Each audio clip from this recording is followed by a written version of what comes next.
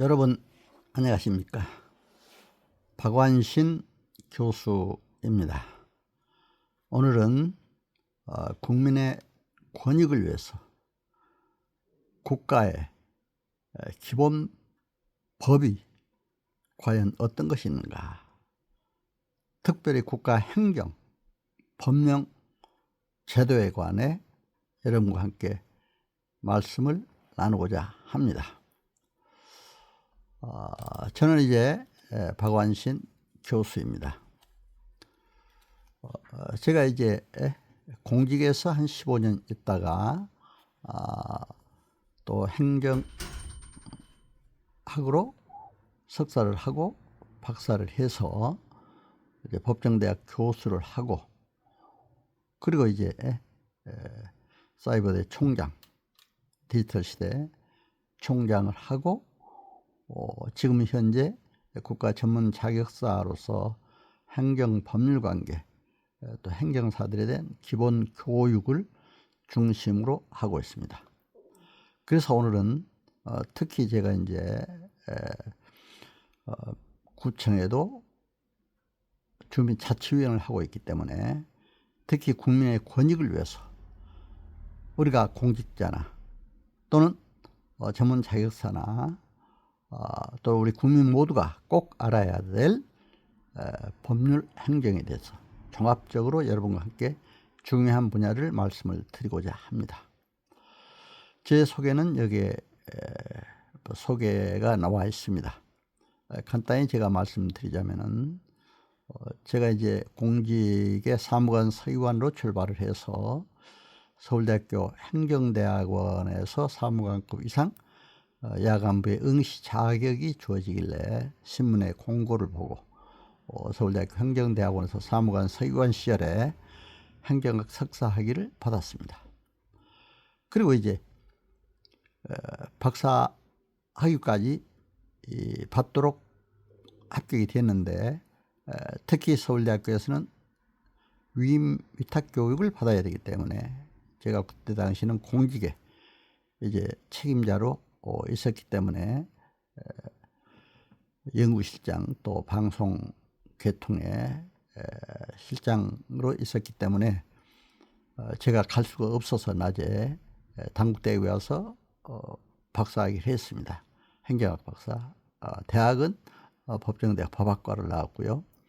그리고 이제 국가 행정사 제1회로 또 이제 자격을 받고 제가 관동대학의 법정대학 교수도 역임했고 사이버대 총장도 역임했습니다. 그리고 원격대학 협의회 사이버대 총장으로 구성됐죠. 거기에 이사도 역임을 한 바 있습니다. 공직에서는 이제 국방부 통일부 서울특별시 정책자문위원을 역임했고, 민주평화통일자문회의 헌법기관이죠. 상임위원도 역임했습니다. 그리고 이제 대한행정사회 이사도 했고 교육부회장, 교수도 했고, 현재는 대한행정사회 8개 단체가 이제 대한행정사회로 통합이 됐죠. 그게 초대 이사, 교육위원, 또 교수를 하다가 지금은 교수로 위촉받아 있으면서 또 대한행정사회 고문으로 있습니다. 그래서 오늘 여러분과 함께 그동안의 행정에 관한 여러 가지 업무를 하다 보니까, 특히 국가 전문 자격사로서 국민의 권익을 위해서 일을 하다 보니까 우리 국민들이 꼭 알아야 될 행정, 법률, 또 국가 주요 법률 행정에 대해서 여러분과 함께 말씀을 나누고자 오늘 이렇게 여러분께 섰습니다. 오늘 말씀드릴 순서는 행정, 법령 제도 이해, 또 특히 목표, 비전, 성공 비결, 국가 주요 법령 및 행정기본법, 또 이제 행정사 제도와 행정사 법령 자세, 행정사 국민 상담 컨설팅, 국민 권익 위해서 이렇게 여러분과 함께 말씀을 나누고자 합니다. 행사법 제1조에 보면 행정과 관련된 국민의 편익을 도모하고 행정제도의 건전한 발전에 기여한다, 이렇게 되어 있습니다. 저는 항상 강의 첫 시간에 이제 마틴 부버의 얘기를 많이 합니다. 유명한 시인이죠. 저도 시인이기 때문에 철학자요. 마틴 부버는 그 저서 너와 나라는 책에서 또 나와 너 이 저서에서 인간은 서로의 만남 속에서 기쁨이 있고 행복이 있다고 그랬습니다. 여러분 오늘 또 저와 이 강의를 들으시는 여러분들 만남이 기쁨과 행복한 시간이 되시기를 간절히 기원합니다. 그리고 인간이 성공하려면 성공 덕목 4요소가 있어요. 특히 지능, 지식, 기술, 자세. 근데 자세가 성공의 97%를 차지한다. 이렇게 하버드 대학의 교수들의 연구 결과가 나온 바를 제가 본 바 있습니다. 그리고 인간관계가 성공의 85%를 차지한다고 그러죠. 그러니까 성공하려면 자세가 좋아야 되고 인간관계가 좋아야 됩니다, 사실은. 그리고 호지자 불여 낙지자라는 말이 있습니다. 좋아하는 것보다도 즐거워하는 것이 낫다. 저는 그래서 항상 기쁨으로 살자 하는 것을 강조하고 있습니다. 제가 얼마 전에도 기쁨의 꽃 향기 주제로 제가 쓴 시집을 보고 그림 구경하는 작곡자 최영섭 선생이 작곡해 주었는데 기쁨꽃 향기 그 가곡을 지난 11월 17일에 예술의 전당에서 수백 명의 청중들이 모인 가운데 유명한 성악가가 부르기로 했습니다. 기쁨과 감사로 사는 것이 저희 집 가훈으로 하고 있습니다. 인생을 살다 보면 기쁨도 있고 슬픔도 있고 고난도 있고 또 이제 행복도 있을 수가 있습니다. 그러나 인생이 바로 그것이 살아있다는 증거입니다. 그렇기 때문에 호지자 불여 낙자 논어에 얘기한 대로 이렇게 즐겁게 사는 것 이것이 중요하다. 저는 거기에다가 한마디 더 붙여서 낙자 불여 감지자라 이렇게 얘기를 하고 있습니다. 기뻐하고 즐거워하는 것도 중요하지만 감사하는 것이 더 좋다. 모든 일 감사로 해야 된다. 인생이 행복하고 오래 살려면 바로 그렇게 살아야 된다. 그래서 사무엘 울만이라는 유명한 또 시인이죠. 청춘이라는 시에서 인간은 나이가 들어서 늙는 것이 아니라 이상, 꿈, 열정을 잃으면 늙는다고 이렇게 얘기했습니다. 청춘 시의 첫 연을 보면 청춘이란 인생의 어느 기간을 말하는 것이 아니라 마음의 상태를 말한다 이렇게 얘기하고 있습니다. 그것은 장밋빛 뺨, 앵두 같은 입술, 하늘거리는 자태가 아니라 강인한 의지, 풍부한 상상력, 불타는 열정을 말한다고 표현하고 있습니다. 제가 살아보니까 그래요. 꿈과 열정이 있으면 행복합니다. 꿈과 열정이 있으면 늙지도 않습니다. 제가 살아보니까 그래요. 그래서 여러분 그렇게 해서 행복한 여러분들 다 되시기를 간절히 기원하는 마음에서 여러분에게 오늘 말씀을 드렸습니다. 제가 특히 행정 공무원을 오래 했기 때문에 또 행정의 정의, 섬기는 또 자세로서의 여러 가지 국가 전문 자격사들이 해야 될 일 이런 것 때문에 행정의 개념을 먼저 여러분과 함께 나누고자 합니다. 제가 서울대 행정대학원 야간부에 처음 입학했을 때 첫 시간에 행정에 관한 개념을 아주 잘 설명을 해 주더라고요. 행정이란 뭡니까? Public Administration. 퍼블릭은 공공성, 공익성이죠. Administration. 애드라는 건 접두하고 미니스트리, 목자, 장관, 성김, 봉사에서 유래했다 이렇게 설명을 했습니다. 바로 우리 공직자들은 장관이든 차관이든 대통령이든 또 우리 모든 공직자들은 국민을 섬기는 자세로 일해야 된다. 이렇게 일을 합니다. 그것이 바로 국민의 권익을 위한 거다. 국민을 바로 앞에 내세우고 섬기는 자로 일하는. 제가 일본에 가서 한번 연구를 했는데 일본의 행정사 제도는 일본의 행정사는 가해법률가라고 그러더라고요. 가해법률가. 거리 같자. 거리의 법률가다. 거리에서 국민들의 권익을 위해서 일한다 이거죠. 섬기고 봉사한다. 이런 의미가 있다고 하는 것을 볼 수가 있었습니다. 그래서 우리가 이렇게 공직자나 전문자격사나 국민들을 권익을 위해서 열심히 봉사하고 섬기고 일해야 된다 이렇게 생각해서 말씀을 드렸습니다. 사실은 한국의 그 국가 전문 자격사 제도를 한번 보면요. 국가가 직접 감독하는 국가 자격을 보면 국가 전문 자격사, 행정사, 변호사, 경영지도사, 공인중개사, 세무사, 변리사, 의사 등 개별 자격법에 따라서 관리하는 이런 자격사들이 있습니다. 또 국가 기술 자격사도 있죠. 그래서 이제 이 자격사들은 한국산업인력공단에서 관리하는 것을 볼 수가 있습니다. 그럼 민간 자격으로도 이제 이 국가 이외에 자가 관리 운영하는 자격이죠. 심리상담사, 독서지도사, 개인정보보호관리사. 그런데 개인정보보호관리사는 요즘에는 개인정보보호위원회가 있죠. 우리 국가 전문자격사도 이건 다 알아야 됩니다. 국민의 권익, 국민의 정보, 개인정보에 대한 보호할 의무가 있기 때문에 이렇게 잘 알아야 된다 생각을 해서 말씀을 드렸습니다. 그리고 이제 국가의 정부 부처도 한번 잠깐 알아야 됩니다. 특히 저는 이제 행정 공무원을 했기 때문에 이런 여러 부처에 다니면서 또 자문위원도 하고 또 강의도 주로 많이 하고 전국의 지방자치단체 가서도 행정법률 강의도 많이 했습니다. 그렇기 때문에 이러한 정부 부처를 우리가 알아야 또 이런 부처가 있고 또 지방자치단체도 이런 단체가 있다. 이런 것들을 알아야 우리가 됩니다. 그래서 뭐 이렇게 여러 부서가 대통령 산하에 뭐 국무총리실이 있고 각 부처가 있습니다. 그래서 이제 이런 여러 부서를 여러분들은 뭐 일일이 부서를 설명 안 해도 아시겠습니다만은 이런 각 부서를 알고 그 부처 장차관들은 또 국민의 권익을 위해서 또 일해야 될 그런 필요성이 있다 해서 잠깐 정부의 약도도 알아봤습니다. 그럼 우리가 공직자들이 국민 권익을 위해서 해야 될 주요한 기본 법률들이 있습니다, 사실. 그런데 법률을 연구를 잘 해야 됩니다.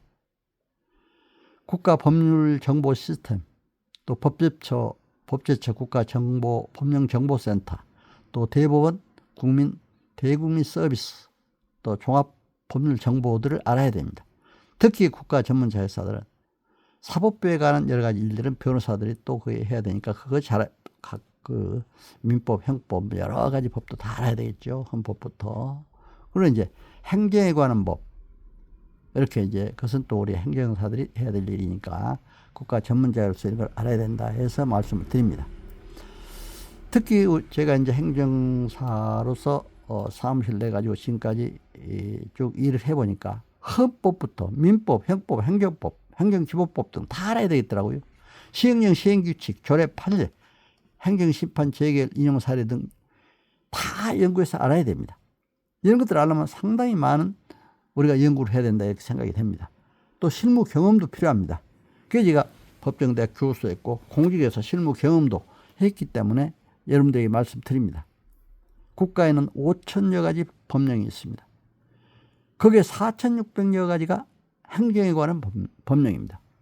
그런데 이제 4,600여 가지 행정에 관한 법령을 통합하는 것이 행정기본법이 2021년 3월 12일 국회를 통과해서 9월 24일부터 공포 시행되기 시작했습니다.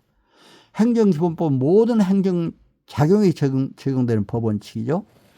그 기준과 방법 등을 규정하고 있는 행정법의 총칙으로 우리 민주주의와 법치주의를 한 단계 발전시키는 국민 권익보호에 기여할 수 있는 기틀을 마련했다. 발판을 마련했다. 이렇게 볼 수가 있습니다.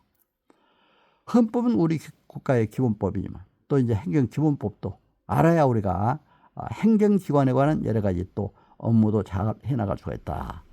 사법기관에 관한 것은 이제 변호사 또 법조인들이 또 해야 되기 때문에 또 사법기관도 우리가 잘 알아야 됩니다. 사법기관도 마찬가지로 국민의 권익을 위해서 또 일해야 될 그런 면이 있기 때문에 여러분들이 잘 알아야 된다 해서 말씀을 드립니다. 자, 국민권익위원 이러한 그 주요 법령 연구에서 이제 헌법이라는 게 뭡니까? 헌법은 사실 국민의 기본법이잖아요. 그래서 우리가 국민의 기본법을 반드시 알아야 된다. 그리고 이제 헌법에는 국민의 권리 의무가 이제 처음부터 규정되죠. 그리고 이제 입법부, 행정부, 사법부 이런 국가의 기본 조직과 작용에 관한 법을 바로 헌법이라고 합니다. 그래서 이런 헌법을 우리가 또 알아야 국가의 모든 일을 수행할 수가 있다 해서 잠깐 말씀을 드렸습니다. 헌법을 종합적으로 설명하려면 뭐 많지만 그러나 대한민국의 헌법은 바로 자유민주주의를 규정하고 있고 또 우리의 영토는 한반도와 그 부속 도서를 한다 이렇게 되어 있죠. 그래서 국민의 권리와 또 이제 각 입법행정 사법부 조직과 작용에 관한 이런 면이 규정이 됐다 하는 걸 여러분들이 기본적으로 아시고 또 우리가 행정에 관해서 알더라도 민법도 알아야 돼요. 민법은 뭡니까? 개인의 권리에 관한 법입니다. 일반 사법입니다. 실체법적 성격을 가지고 있습니다. 소송법이 절차법이라면 소송법에는 민사소송법, 행정소송법, 또 형사소송법이 있습니다. 그런 소송법 그런 것도 알아야 되지만 그러나 민법도 알아야 우리가 모든 행정적인 업무도 수행할 수가 있습니다. 행정기관에 법인 설립 인하가 하나를 하더라도 민법을 알아야 됩니다. 민법이 어떻게 되어 있습니까? 법인 설립 인하가 하는데도 바로 행정관 측의 허가를 얻어서 법인 설립 인하를 할 수가 있다. 그렇게 규정이 되어 있습니다. 민법에. 그렇기 때문에 이건 행정에 관한 업무죠.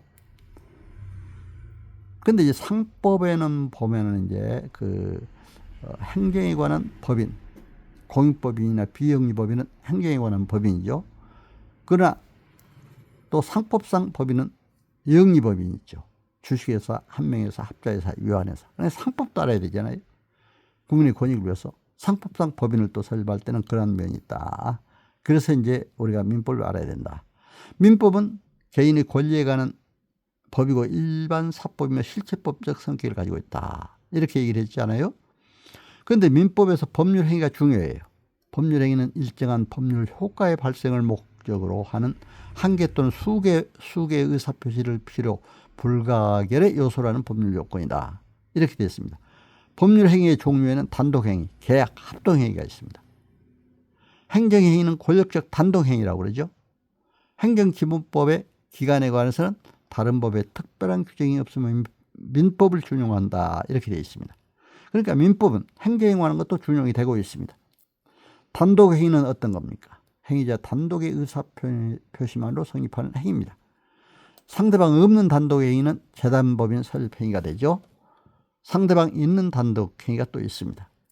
그리고 계약은 뭡니까? 청약과 승낙이라는 두 개의 의사표시 합치로 성립하는 법률 행위입니다. 최근 조합 설립도 권장을 하고 있습니다.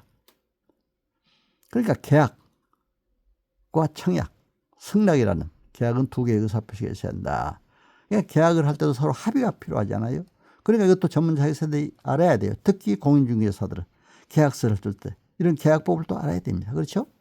합동행위, 공동 목적을 위하여 평행적, 구심적으로 방향을 같이 하는 두 개 이상의 의사표시의 합치로 성립하는 법률행위다. 민법상 법인의 설립행위, 행정관청이 허가를 얻어서 설립한다 이렇게 되어 있기 때문에 여러분들이 이러한 합동행위나 또 계약 단독행위도 알아야 된다 해서 잠깐 말씀을 드렸습니다. 자, 행정기본법이 아까도 말씀드렸습니다만은 2021년 3월 23일 국회에서 통과돼 가지고 9월 달에 시행이 됐습니다. 그런데 이 행정에 관한 법은 행정법의 총칙적 규정이다 이렇게 얘기했습니다. 민법도 총칙이 있잖아요. 물권법, 채권법, 친족법, 상속법이 다 있습니다. 총칙적 개념, 그냥 민법도 4,600여 가지의 전반적인 행정에 관한 법에 대한 총칙적 규정이다 이렇게 볼 수가 있습니다. 행정기본법의 목적을 보면 이 법은 행정의 원칙과 기본 사항을 규정하여 행정의 민주성과 적법성을 확보하고 적정성과 효율성을 향상시킴으로써 국민의 권익 보호에 이바지함을 목적으로 한다. 국민의 권익 보호, 행정에 관한 법은 모두가 다 국민 권익 보호가 있습니다. 그 목적이 국민 권익 보호입니다. 그렇기 때문에 저는 주민자치위원회를 하면서도 또 행정에 관한 법률에 관한 강의를 많이 합니다. 여기에서도 반드시 그 얘기를 합니다. 국민의 권익을 위해서 우리가 어떻게 일해야 될 것인가. 이걸 분명히 알아야 됩니다. 또 이제 제29조 22조 38조에는 40조까지는 공포 6개월이 경과한 날로부터 시행한다. 이런 또 규정도 있어요. 그래서 이제 이런 것은 구체적으로 여러분들 행정기본법을 보면 알 수가 있으니까 기본법을 보고 한번 우리가 다시 한번 이렇게 더 깊이 공부를 했으면 좋겠다 생각이 듭니다. 행정기본법상 원칙이 또 중요해요. 신뢰보호의 원칙, 성실의 의무 원칙 등 있죠. 행정법의 개념은 행정에 관한 고유한 공법이죠. 행정법의 개념은 뭡니까? 행정주체, 조직작용 및 행정구제에 관한 공법이라고 얘기합니다. 행정주체, 조직 있잖아요. 국가 중앙정부 조직, 지방자치 조직, 또 공공단체 조직. 작용, 여러 가지 있어요. 국민의 권익을 위한 어떤 작용, 국민의 구제에 대한 어떤 것을 하느냐, 해야 되는가, 이런 중요한 것이 있습니다.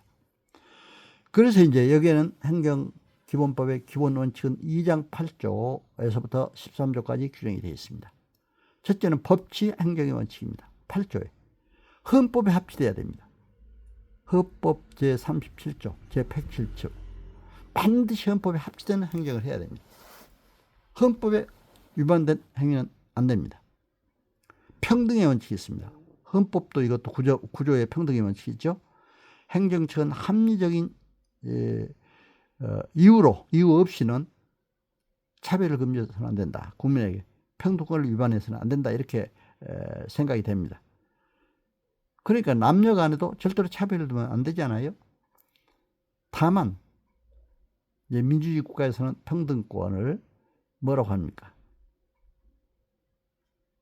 이제 실질적 평등권을 주장을 하고 있습니다. 민주주의 국가에서는. 형식적 평등이 아닙니다. 공산주의나 사회주의 국가는 형식적 평등입니다. 똑같이 배급을 주고 그러잖아요. 그러나 민주주의 국가에서는 부자, 또 가난한 사람, 소득에 따라서 세금도 달리 매깁니다.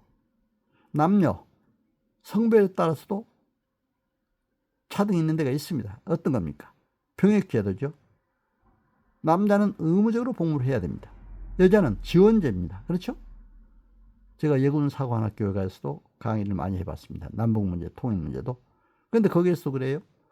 어떻게 왔느냐 했더니 다 지원해서 왔대요. 그렇죠? 지원합니다. 지원제입니다. 그러면 남자는 의무복무제고 영장이 나오고 여자는 지원해서 가고 하는 게 차등입니까? 그건 아니잖아요.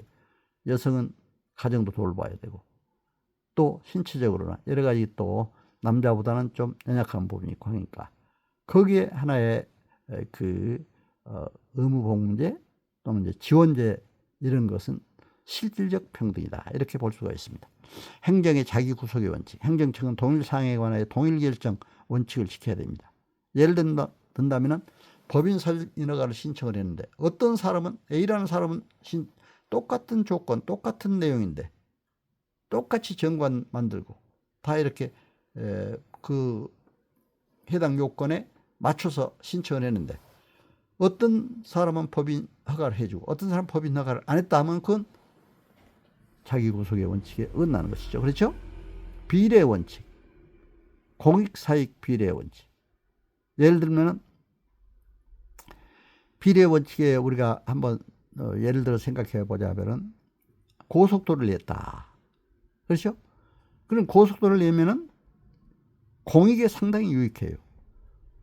그러나 고속도로 낼 때 토지나 또 논밭 국가에서 수용을 했다. 그러면 그 사익이 침해가 되거든요.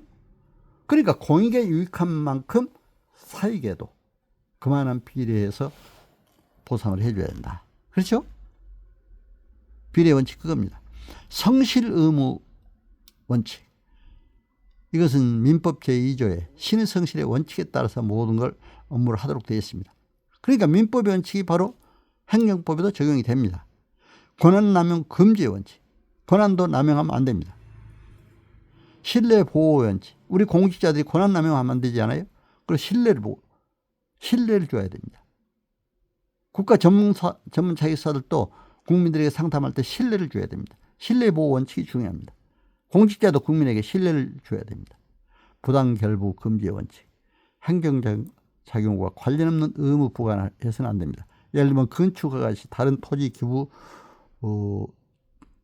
기부를 조건으로 한다든가 그러면 안 되잖아요. 그러니까 이러한 부당결부 금지 원칙이 있어는 안 된다. 행위라는 것은 행정청이 법원에서 구체적 사실에 관한 법 집행으로서 행하는 권력적 단독행위, 또 공법행위다. 이렇게 볼 수가 있습니다. 그런데 아까 민법상 법률행위는 세 가지가 있다고 그랬잖아요. 단독행위, 계약, 합동행위. 그렇죠? 그러나 행정행위는 바로 법 집행으로서 행하는 권력적 단독행위다. 명확합니다. 그렇죠? 공권력 발동 행위로서의 단독행위를 지칭합니다. 행정행위의 특수성은 법에 적합해야 되고, 법적합성, 공정해야 되고, 공정성, 실효성, 내용의 실현이 담보가 돼야 됩니다. 실현이 안 되는 걸 행정행위로 해서는 안 되잖아요. 어떤 지방자치단체에서 예를 들면 하늘에 다리를 놓는다. 전혀 실현 불가능한 것을 어떤 내세워서 예산을 사용해도 안 되잖아요. 그렇죠? 확정성, 불가쟁력, 불가변력이 있습니다. 행정구제제도의 특수성이 있습니다. 행정구제제도는 행정쟁송제도로서 행정소송은 행정법원이 담당하고 행정심판은 행정청에서 관장을 합니다. 또 중앙행정심판위원회는 국민권익위원회 산하에 중앙행정심판위원회가 있습니다. 또 지방자치단체 또 행정심판위원회가 있습니다. 그러니까 행정에 관해서 위법부당한 어떤 처분을 받았을 때는 행정심판을 할 수 있다. 지방자치단체, 예를 들면 구청에서 어떤 업무정지 처분을 받았다, 영업정지 처분을 받았다 하면 바로 서울시의 행정심판위원회, 서울시 행정심판위원회 행정심판을 합니다. 거기서도 불복이 있을 때는 중앙행정심판위원회로 또 할 수가 있습니다. 그렇죠? 그러니까 이제 그 법원에서 지방법원에서 또 불복하면 고등법원, 또 대법원 이렇게 가듯이 마찬가지입니다. 그것도 행정심판에서도 만약에 잘못 하면은 그게 이제 다시 또 법원으로 가서 행정소송도 할 수가 있고 그렇습니다. 그러니까 이런 걸 우리가 알고 법제도를 알면 국민권익보호에 우리 전문 자격사들이나 국민들이나 다 권익보호하는데 많은 도움을 받을 수가 있다 해서 말씀을 드렸습니다. 행정기본법 2조는 이 법에서 사용하는 용어는 다음과 같다. 법률에는 헌법과 법률이 있죠. 명령은 대통령령, 총률령, 부령이 있습니다. 부령은 장관이 명하는 거죠. 또 국회 규칙, 대법원 규칙, 헌법재판소 규칙, 중앙선거관리위원회 규칙, 감사원 규칙 등이 있습니다. 또 중앙행정기관, 행정기관이 이제 훈령 예규가 있죠. 그리고 지방자치법규로서는 지방자치단체의 지방의회에서 하는 조례가 있고, 또 지방자치단체장이 단체장이 발표하는 규칙이 있죠. 그렇죠? 그래서 이렇게 이런 그 법령이 있다 하는 것을 우리가 알아야 됩니다. 행정기본법상 행정청의 책무는, 행정청은 행정에 관한 의사표시라는 국가 또는 지방자치단체의 기관이다. 그 밖에 법령 등에 따라서 행정에 관한 의사를 결정하여 표시하는 권한을 가지고 있거나 그 권한을 위임 또는 위탁받은 공공단체, 그 기관이나 사인도 공인이 될 수가 있다. 그렇죠? 공공단체나 또는 그 기관이나 사인. 국민 주권주의에서 볼 때 근원적인 행정 주체는 국민이라고 할 수가 있습니다. 국민이 사실 행정 주체입니다. 그러나 국민 한 사람 한 사람이 행정 주체로서 살 수는 없잖아요. 그렇기 때문에 우리가 국가 행정기관도 있고 지방자치단체, 공공단체에 국민들이 수탁해서 국가나 지방자치단체, 공공단체가 행정 주체가 되는 것입니다. 여러분 그렇게 하시고 국가와 지방자치단체 책무는 그럼 과연 어떤 것이냐. 국민의 삶의 질을 향상시키기 위하여 행정 적법 절차에 따라 공정하고 합리적인 행정을 수행할 책무가 있습니다. 적극적인 행정에 추진을 해야 된다. 행정기본법에 이렇게 규정이 되어 있습니다. 행정 환경 변화에 따른 창조적 변동 역군이 돼야 됩니다. 사실 우리가 저도 이제 공직생활을 해봤지만 공직생활 하는 분들이 되게 이제 저도 뭐 사실 그런 게 있어요. 가능한 법만을 지키고 또 상부에서 합법적인 명령, 물론 불법적인 명령은 거부해야 되죠. 그러나 합법적인 명령을 할 때는 따라야 하는 것이 또 공직자의 자세입니다. 그렇기 때문에 법을 지키고 그런 명령을 따르려면 적극적으로 행정하기가 상당히 힘들어요. 그렇지 않아요? 그런데 이번 행정기본법 제4조에서는 적극적 행정의 추진을 주장하고 있기 때문에 국민 권익에 합당하고 맞는 일이라면 적극적으로 나서서 행정을 해주는 것도 국가 공직자들의 의무입니다. 해야 됩니다. 행정에 관한 또 기관 개사는 특별한 규정이 없는 경우에는 민법을 준용한다고 되어 있죠. 그래서 이제 여러분들이 행정에 관한 이런 것도 알아야 된다. 그리고 이제 행정기본법 부칙에 보면은 공포한 날로부터 시행한다. 다만 이렇게 아까도 얘기 드렸습니다만 22조, 29조, 38조, 40조까지는 공포 6개월이 경과한 날부터 시행하고 또 23조부터 26조, 30조, 34조까지는 이제 공포 2년이 경과한 날로부터 시행한다. 그러니까 그러나 지금은 이제 2년이 다 경과됐잖아요. 이미 2021년도부터 시행이 됐기 때문에 2년이 다 경과돼서 지금은 이제 행정기본법은 전반적으로 다 시행이 되고 있다. 이렇게 볼 수가 있습니다. 행정작용에서 우리가 이제 한번 보죠. 행정법상 이런 행정작용이 있죠. 처분, 행정처분. 행정처분은 공권력 행사 거부에 준한 행정작용. 적용 기준은 불소급의 원칙이 적용됩니다. 특별한 규정이 있는 경우를 제외하고는 헌법 제10조 4항 인간의 존엄과 가치 또 제재 처분이 국민에게 유리한 경우는 세법 적용을 할 수가 있다. 그렇죠? 근데 이제 소급 적용할 수가 있는 경우는 국민에게 유리한 경우는 바로 과거의 법이 예를 들면 국민에게 유리한다. 과태료 500만 원이 세법에서 되는데 과거에는 200만 원이다. 그러면 이거는 국민에게 유리한 경우는 그렇게 해서 적용할 수가 있다. 이런 얘기입니다. 그러니까 이제 이런 것도 우리가 알아둬야 된다. 그리고 이제 공법상 계약은 당사자의 합의를 바탕으로 하여 행정의 효율성과 민주성의 제고에 부합하도록 행정 주체 간 국가와 공공단체 이 도로관리 합의라는 거죠. 예를 들면 경인고속도로, 경기도와 또 서울시와 인천 한다든가 그렇죠? 이런 공법상의 계약도 있을 수가 있다. 공법상의 계약, 행정주체와 사인 간의 합의로 계약이 있는 경우도 있습니다. 행정청이 민간 수탁기관과 합의 계약하는 것입니다. 일반법, 행정주체, 상호, 사무 위탁을 해서 공익사업 관련 손실보상 협의라든가 이런 것도 할 수가 있다 해서 말씀드립니다. 또 부관도 있죠. 민법상도 부관하면 조건, 기한, 부담 이런 가지 있습니다. 그러나 행정법에도 부관이 있습니다.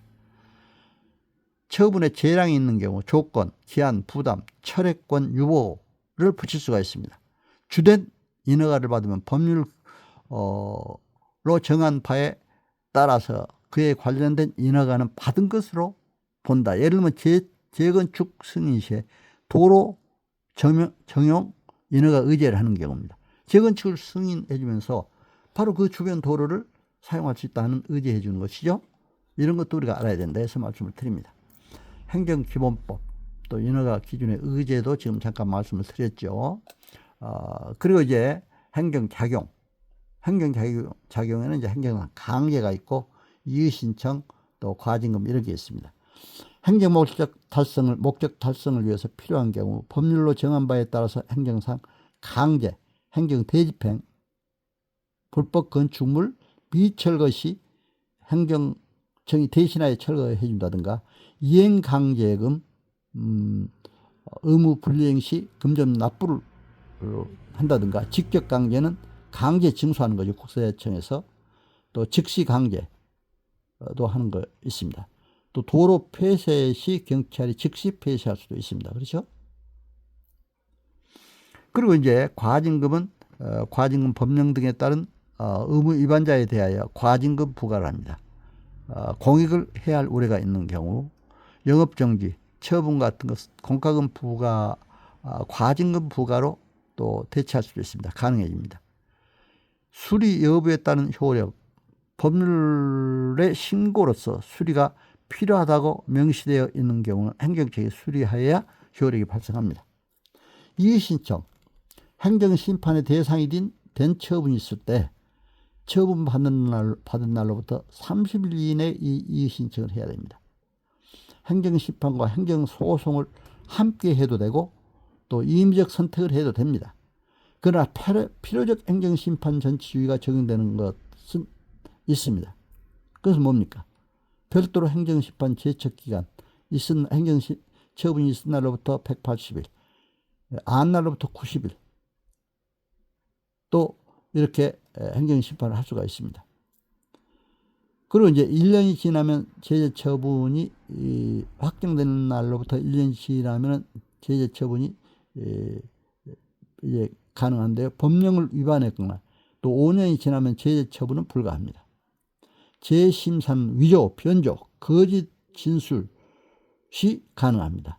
이건 행정기본법 37조에 규정이 되어 있죠. 이렇게 해서 이제 이런 행정상 강제 이의신청 과징금 제도가 있다. 이렇게 이제 여러분들에게 설명을 드렸습니다. 그리고 이제 처분에 대한 여러 가지 이의신청도 지금 말씀드렸기 때문에 이건 이제 넘어가 보도록 하겠습니다. 또 행정체 입법활동, 행정체 입법활동도 누구든지 법령 등에 의하여 의문이 있거나 법령을 소관하는 중앙행정기관의 장과 자치법규 소관하는 지방자치단체 장에게 법령 해석을 요청할 수가 있다.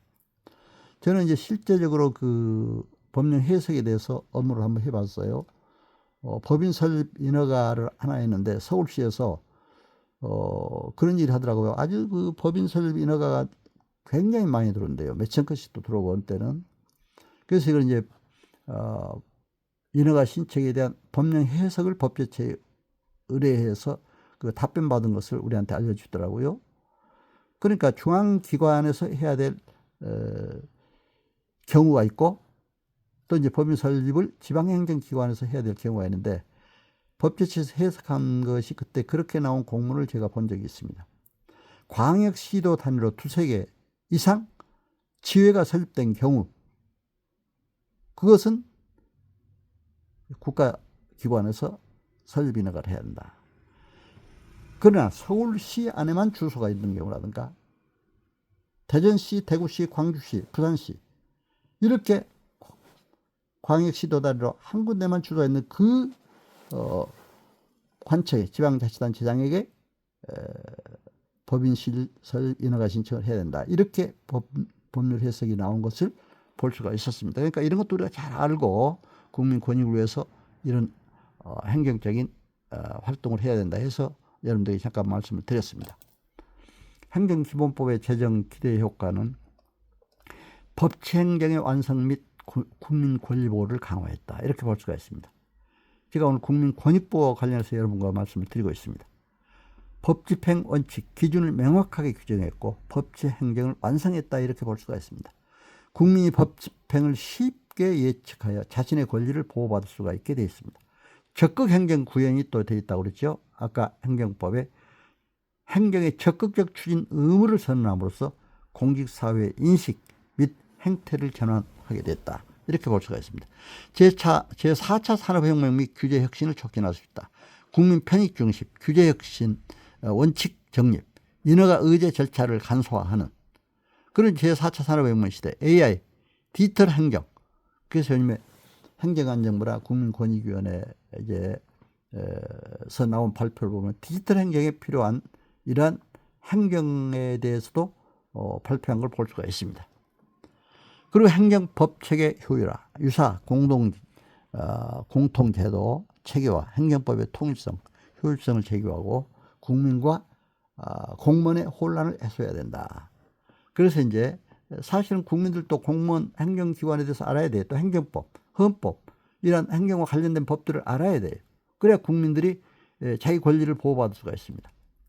그렇기 때문에 또 공무원들은 국민에게 이런 것들을 잘 설명하면서 행정기본법에 관한 거, 행정법에 관한 거, 행정절차에 관한 거 하면서 잘 설명을 해줘야 국민들이 또 이제 잘못하지 않을 수가 있죠. 국민권익보호에 기여될 수가 있습니다. 그래서 이런 것을 잘해야 된다 해서 말씀을 드립니다. 저는 이제 행정 심판 같은 것도 이제 우리가 그 시군구 기초지방자치단체장으로부터 이제 아까도 말씀드렸죠. 이렇게 이제 하는데 심판도 이제 실질적으로 이걸 한번 그 행정적으로 해보면요, 상당히 그 절차가 아주 복잡해요. 근데 예를 든다면 뭐 업무정지 처분을 받았다, 전문 자격사가. 그럴 때 어떻게 해야 되느냐? 또 일반 또 영업을 하던 일반 상인들이 또 영업정지를 했다. 그러면 어떻게 해야 됩니까? 바로 아까 말씀드렸죠. 행정처분이 있은 날로부터 180일 이내, 있음을 안 날로부터 90일 이내. 물론 천재지변이나 기타 전쟁 이런 상황이 있을 때는 그게 끝난 날로부터 2주 내에 하도록 되어 있습니다. 이런 것도 우리가 명확하게 알아야 됩니다. 여기에 이제 시군구 지방자치단체장으로부터 업무 처진 통지를 받은 자는 즉시 행정심판서와 함께 집행정지신청서 등 작성해서 내야 돼요. 집행정지신청을 왜 내야 되느냐? 어떤 사람은 이걸 집행정지신청을 안 내가지고 행정심판만 하다 보니까 행정심판이 끝나려면 한 5, 6개월 걸리거든요. 그러면 예를 들면 6개월 업무정지나 영업정지 받았다. 그러면 이미 행정심판이 끝났을 때는 인용재개를 받았다 하더라도 영업정지 기간이, 업무정지 기간이 다 끝나버리니까 큰 실효성이 없어집니다. 그렇기 때문에 이런 걸 잘 알아야 됩니다. 그러니까 행정심판 신청 시에 반드시 집행정지 신청까지 함께 내야 된다. 그럼 바로 이제 행정심판위원회에서 집행정지에 대한 먼저 해놓고 행정심판에 대한 절차에 들어가게 됩니다.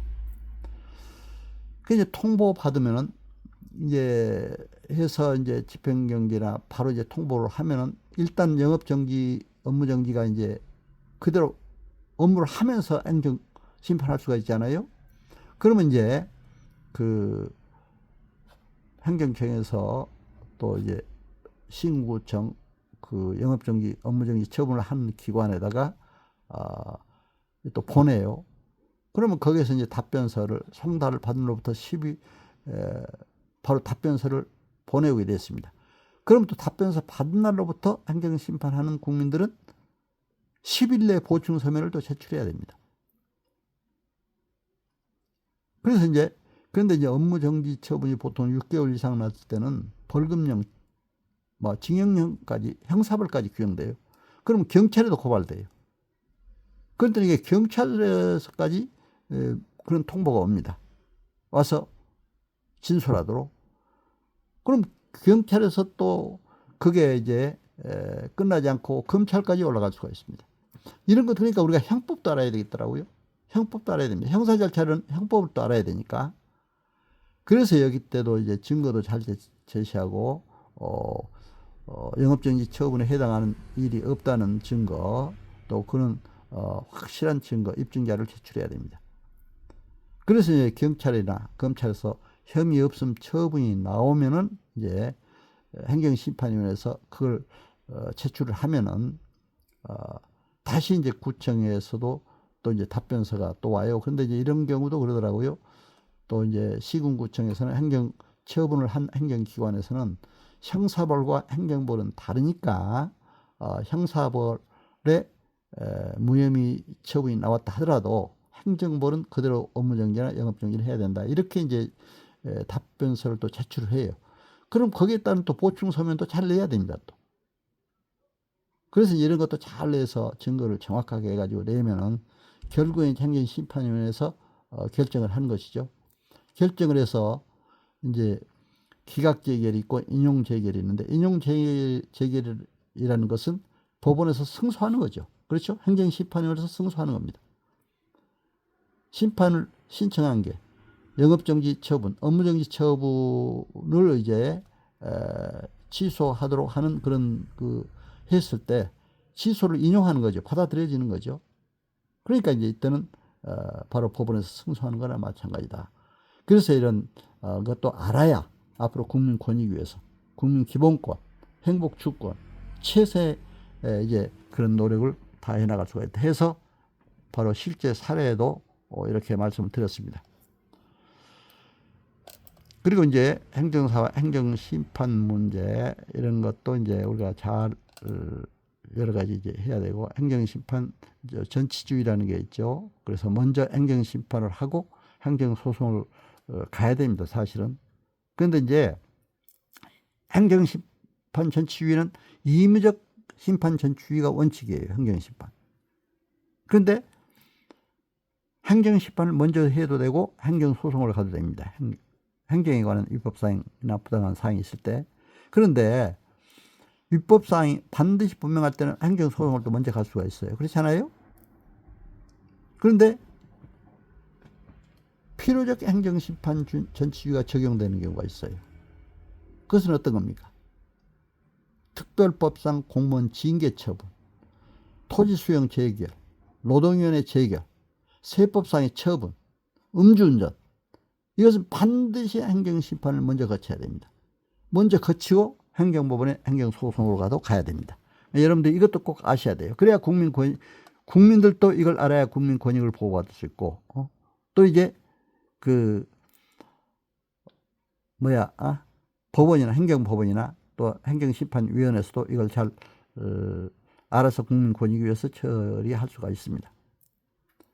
근데 사실은 제가 이제 행정법원에도 우리 전문 자격사들 데리고 실습 교육차 가봤는데, 그 판사들이 상당히 아주 잘 사례까지 들어서 가르쳐주고, 또 올 때는 또 아주 좋은 자료도 주고 이렇게 해서 너무 친절하게 잘해주더라고요. 그래서 행정심판 사례를 쭉 하나 설명을 해주더라고요. 그때 참 너무 고마워요. 그 행정법원에 대해서. 어떻게 하냐면은, 특히 음주운전 면허 취소, 이건 필요적 행정심판 전치주의가 적용되잖아요. 그래서 이제 어떤 사람이 처음에는 그걸 모르고 행정소송을 먼저 제기했어요. 그러니까 이건 필요적 행정심판 전치주의가 적용되니까 행정심판을 거쳐라 하니까 또 행정심판에 갔어요.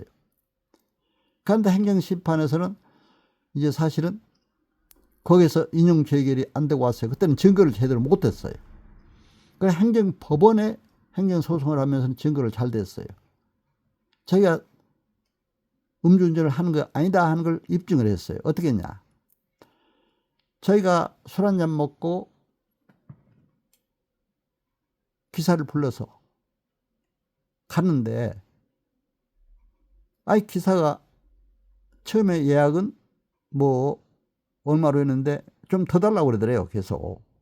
그러니까 더 주면 안 되겠다, 처음에 약속한 대로 하자 하니까 기사가 그냥 좀 내려버렸어요. 내리니까 이제 자기가 운전대 앞에서 이렇게 잡고, 운전을 안 했어요. 운전대 앞에서 이렇게 잡다 보는데, 그때 경찰관이 지나가다가 그걸 보고 음주 측정을 하니까 취소 기준이 됐거든요. 그러니까 사실은 행정심판에서는 그게 졌어요. 그런데 그게 사실은 입증을 이제 그 운전기사가 가서 잘 해줘서 행정소송할 때 어떻게 했느냐. 자기가 그 자리에 내려주는데, 그 자리에서 그 사진을 보고 그 자리에서 내려주는데, 그 뒤로 더 움직이지 않았으면 그건 그냥 운전을 안 한 것이다, 이렇게 아마 입증을 잘 해줬던 것 같아요. 그래서 승소 판결을 받은 겁니다, 행정법원에서도. 그러니까 이제 그런 것들을 저희들한테 보여주더라고요. 그게 참 너무 좋은 자료였어요. 이런 것도 우리가 실제적으로 알아야 된다. 그래서 이제 이런 문제도 알아야 되고 해서 여러분들에게 제가 말씀을 드렸습니다. 그래서 이제 심판 문제, 또 이제 행정심판의 종류는 취소심판, 무효확인심판, 의무이행심판, 또 쟁송의 여러 가지 행정소송까지 있다, 이렇게 볼 수가 있죠. 그래서 이제 행정심판 청구기간은 아까도 말씀드렸습니다. 처분이 있음을 알게 된 날로부터 90일, 있은 날로부터 180일이죠. 예. 그리고 이제 천재지변, 전쟁 등 불가피한 사유로 행정심판을 청구할 수 없을 때에는 그 사유가 소멸된 날로부터 14일 이내에 청구할 수 있다, 이렇게 되어 있습니다. 이런 이제 행정심판 있다는 것을 아시고 우리가 나가면 된다 해서 오늘 이렇게 말씀을 드렸습니다. 그래서 이제 오늘 각 행정심판까지 이렇게 했는데, 사실은 우리가 공무원들이나 이제 국민들이나 또 이제 상담이 중요하다. 국민 권익을 위해서 상담을 잘해줘야 돼요. 그렇죠? 저는 그래서 국민 컨설팅, 특히 이제 행정사업을 하면서 국민 상담 컨설팅 이걸 강조를 했습니다. 행정사법 2조 6항에도 컨설팅 상담이 있어요. 근데 이제 요즘에 컨설팅이라는 용어는 국제적인 용어가 됐습니다. 공인중개사도 감옥에 보니까 컨설팅 감옥 있고, 변호사도 컨설팅이라고 그러고, 법률 컨설팅, 행정 컨설팅, 경영 컨설팅, 컨설팅이라는 용어가 지금 국제화되어 있습니다. 그렇기 때문에 이것도 알아야 된다.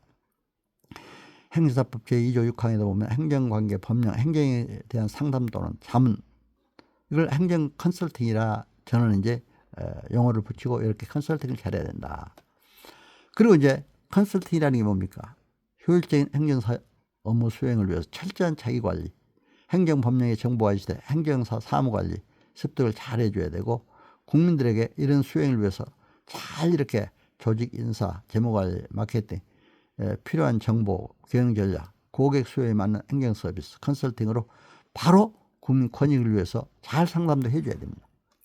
국제노동기구에서도 조직의 목적을 달성하는 데 있어서 경영, 엄상의 문제점을 해결하고 새로운 기회를 발견 포착하고 학습을 확진하며 변화를 실현하는 관리자와 조직을 지원하는 독립적인 전문 서비스를 바로 컨설팅으로 이렇게 정의를 하고 있습니다.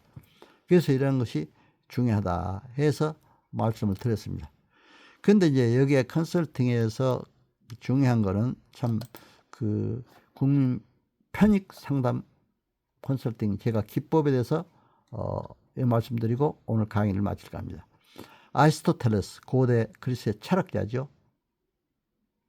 아리스토텔레스는 로고스적 설득 방법, 파토스, 에토스 설득 방법, 이걸 강조를 했어요. 로고스는 뭡니까? 논리가 정연하고 풍부한 해당 분야 정보와 전문 지식으로서 상담을 해줘야 돼요. 그렇죠? 또 감성에 호소해야 돼요. 감성적 동일시해야 됩니다. 제가 시인으로 시를 쓰다 보니까 상당히 그 감성, 문학은 감성을 강조하지 않아요. 음악도 그렇고. 근데 감성에 호소해서, 예를 들면 음주운전해서 면허가 취소됐는데 가서 구제해달라고 하는데 당신 술 먹으면 돼? 막 하고 막 이렇게 딱딱하게 하면 안 되잖아요. 함께 같이 하면서, 그래 안타깝다, 술 먹으면 안 됐지만, 그렇게 해서 걸린 건 안 됐지만, 그래서 앞으로는 좀 조심하라고 하면서도 이게 잘 상담해 주는 게 감성 파토스적 설득 방법입니다. 그런데 설득 방법 중에 제일 좋은 것은 에토스적 설득 방법이라고 했습니다. 진실에 의존하는 거죠. 이것이요. 진실한 성품, 신뢰성, 설득 방법이 가장 중요하다. 아리스토텔레스는 그렇게 얘기했습니다.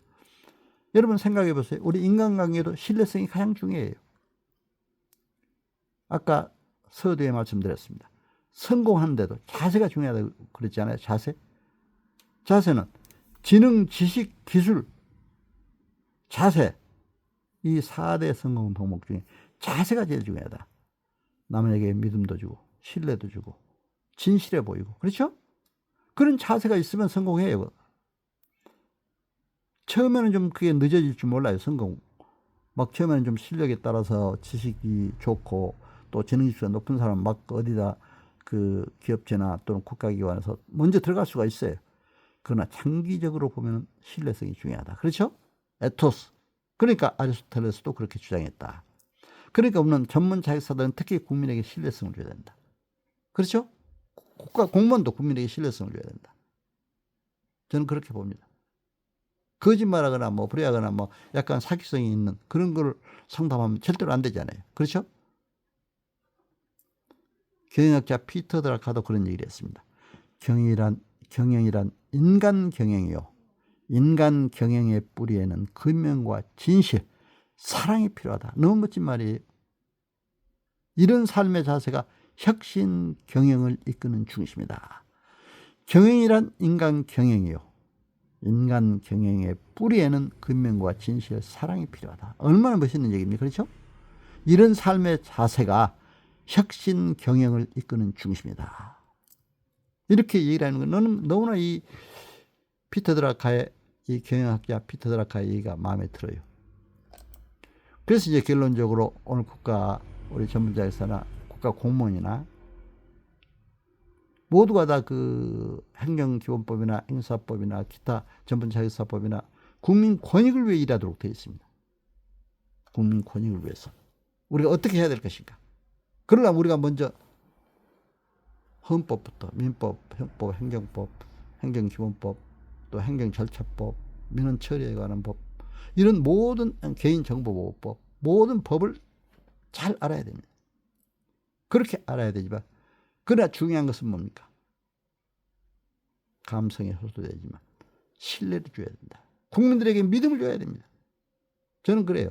저도 공직자도 하면서, 법정대학 교수도 하면서, 사이버대 총장, 글로벌 시대 이렇게 하면서 공무원 생활할 때는 국민들에게 신뢰를 주고 상하 간의 관계에서 신뢰를 주고, 그렇죠? 대학 교수로 갔을 때는 학생들에게 신뢰감을 줘야 됩니다. 그러니까 그런 신뢰를 주는 것, 또 정서적으로 학생들을 감성적으로 잘해줘야 됩니다. 학생이 어려움을 당할 일이 있을 때는 도울 수도 있어야 됩니다. 도와줄 수도 있어야 됩니다. 저는 제 얘기 같습니다만 이건 뭐 절대로 그 저를 드러내기 위해서 하는 얘기는 아닙니다. 지금도 그 제자들이 만나자고 그래요. 너무 감사해요. 저는 그때 그걸 잊어버렸어요. 한 어려운 학생을 제가 한 달치 보험금을 딱 털어서 그 등록금을 대줘서 자기가 그때 학교를 졸업을 하게 됐다. 학사학위를 받고. 너무, 그래서 지금도 잊지 못해서 꼭 찾아오고 그 감사하다는 얘기를 하고 있습니다. 너무 감사해요. 저는 잊어버렸는데 사실은. 여러분, 우리 국민들에게도 그러한 진정한 사랑으로, 아까 마틴 경영학자가, 피터 드라카 경영학자가 얘기한 대로 국민에게 사랑을 지체하는, 신뢰를 주고 진실하게 사랑을 하는 그런 우리 모든 공무원이나 또는 국가 전문 자격사들이 됐으면 하는 마음에서 오늘 여러분에게 말씀을 드렸습니다. 여러분, 오늘 제 말씀 잘 들어주셔서 감사드립니다. 이제 제가 이렇게 참고로 제가 쓴 책들이 많이 있어서 이렇게 소개를 해드렸습니다. 제가 이제 박완신 공제해가지고 이제 인간과 윤리에 대한 책도 썼고, 행정사의 비전과 직업윤리 컨설팅, 또 교회행정론, 신북한 행정론, 북한의 경제와 경영, 세계로 하나로 달리는 진리의 빛, 평화통일 생명의 길로, 또 이제 이런 여러 가지 책들을 한 30여 권의 책을 냈습니다. 20여 권의 대학 교재와 함께 10여 권의 이제 시집 수필집을 냈는데, 문학과 사회과학, 법학, 행정학을 같이 하니까 상당히 또 좋아요. 왜냐하면 법학이나 좀 그런 것은 사회적으로 딱딱해 보이잖아요. 그런데 문학을 하다 보니까 감성적으로, 또는 거기에 더 부드럽게 글을 잘 쓸 수 있는 그런 게 되더라고요. 그래서 제 책을 교재로, 대학 교재로 한참 나갈 때는 막 몇만 권씩 한 학기에 이렇게 팔려나가기도 하고 그러더라고요. 제가 팔려나간 걸 뭐 여러분에게 그렇게 뭐 그걸 알리고자 하는 게 아니라, 그렇게 쓰니까 문학적으로, 사회과학적으로 함께. 그래서 제가 문학 창작 강의를 할 때는 문학하는 분들도 사회과학도 알아야 된다, 인문과학도 알아야 된다, 전반적으로 철학도 알아야 된다. 제가 그런 말씀을 드립니다. 왜? 사회과학 속에서는 국가, 지방 모든 행정도 알아야 되고 법률도 알아야 되잖아요. 문학을 하는 사람도 문학에 관한 법을 알아야 됩니다. 문화예술진흥법을 알아야 거기에 문학에 대한 개념을 분명히 알 수가 있습니다. 그리고 또 행정학의 커뮤니케이션 이론을 알아야 설득, 국민들에게 어떻게 시 한 편, 소설을 써서, 수필을 써서, 음악을 해서 잘 국민들에게 어필할 것인가, 이런 것을 알 수가 있습니다. 그래서 저는 학문이라는 게 꼭 어느 한 학문만 가지고 하는 것보다도 함께 연계해서 이렇게 연구하는 것도 좋다 해서 제가 말씀드립니다. 여러분, 오늘 국민 권익을 위한 국가법령 제도 위에 헌법부터 민법, 행정법, 행정기본법, 형법 등 다양하게 제가 이제 뭐 1시간 동안에 여러 가지를 다 설명할 수 없어서 기본적인 것 중심으로 이렇게 말씀을 드렸습니다. 벌써 이제 시간이 1시간이 다 됐네요. 여러분 연말이 됐습니다. 올 한 해 바른 결산을 마무리를 잘 하시고 내년 새해에는 2026년 새해에는 크신 축복 넘치시기를 간절히 기원합니다. 감사합니다.